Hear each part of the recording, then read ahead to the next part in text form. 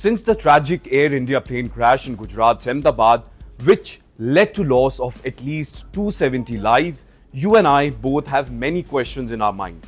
And today, Navika Kumar asked all those questions to none other than Tata Sons and Air India chairman N. Chandrasekaran. And here are three biggest takeaways from this exclusive interview. The most sought after thing everyone wants to know is whether this crash was a human error, technical snag, or a theory much talked about, sabotage. Well, here's the answer.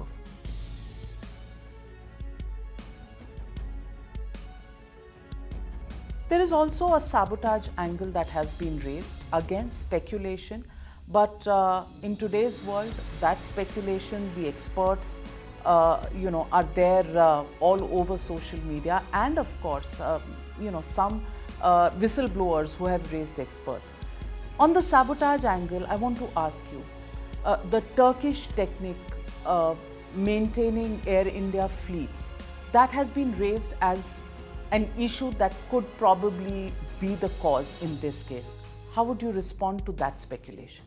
None of the 787 Dreamliner aircraft, we have 33 of them, none of them are maintained by Technic.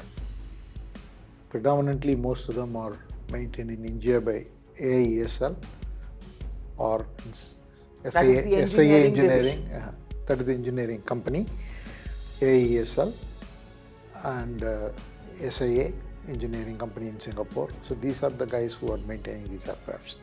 They have nothing to do with any Turkish company for the 787 fleet. Mr. Chandrasekaran also has a message for all the victims' family and how Air India plans to help them. There is anger amongst families and many are demanding answers, and today for the first time, here are answers to some of those questions.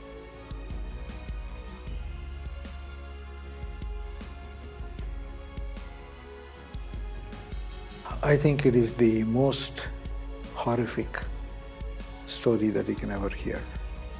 It is such a heart-wrenching situation. It's very, very difficult to console anyone who has lost a mother, a father, a husband, a wife, a son. It is very, very difficult to console. Whatever you may say, it cannot be sufficient enough to console them from this loss. So all I can say is that I grieve with them as much as they do. And when I say this, I mean it for me and all my Tata colleagues. We just want to consider them as part of the Tata family for life. But there is no life. It is. They have gone.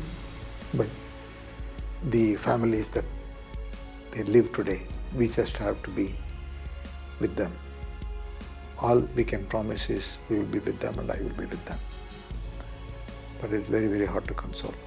What happened cannot be reversed, but everyone deserves to know what went wrong and whose fault it really was. Let's hear it from Air India's chairman himself on where this very investigation is actually headed.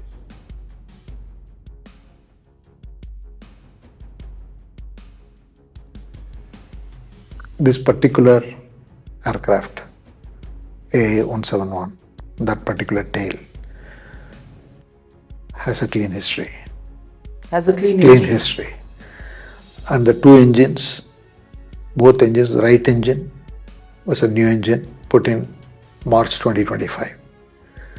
The left engine was last serviced in 2023 and due next maintenance check in 2025 December. And both the engine histories are clean.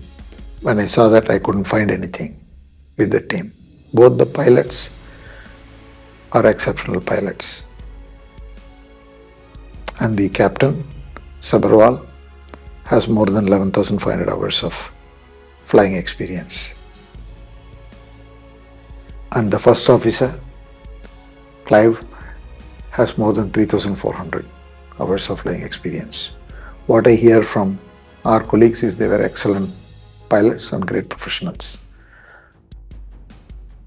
So we can't jump to any conclusions And there are a lot of theories, and you see them in YouTube, you see them in media channels, you see them on other channels, and a lot of experts. So all I would say is that unless we wait for the investigations to come through, and I am told by all the experts that the black box and the recorders will definitely tell the story. And so we just have to wait for that. And before that, it's very important not to jump into any conclusion.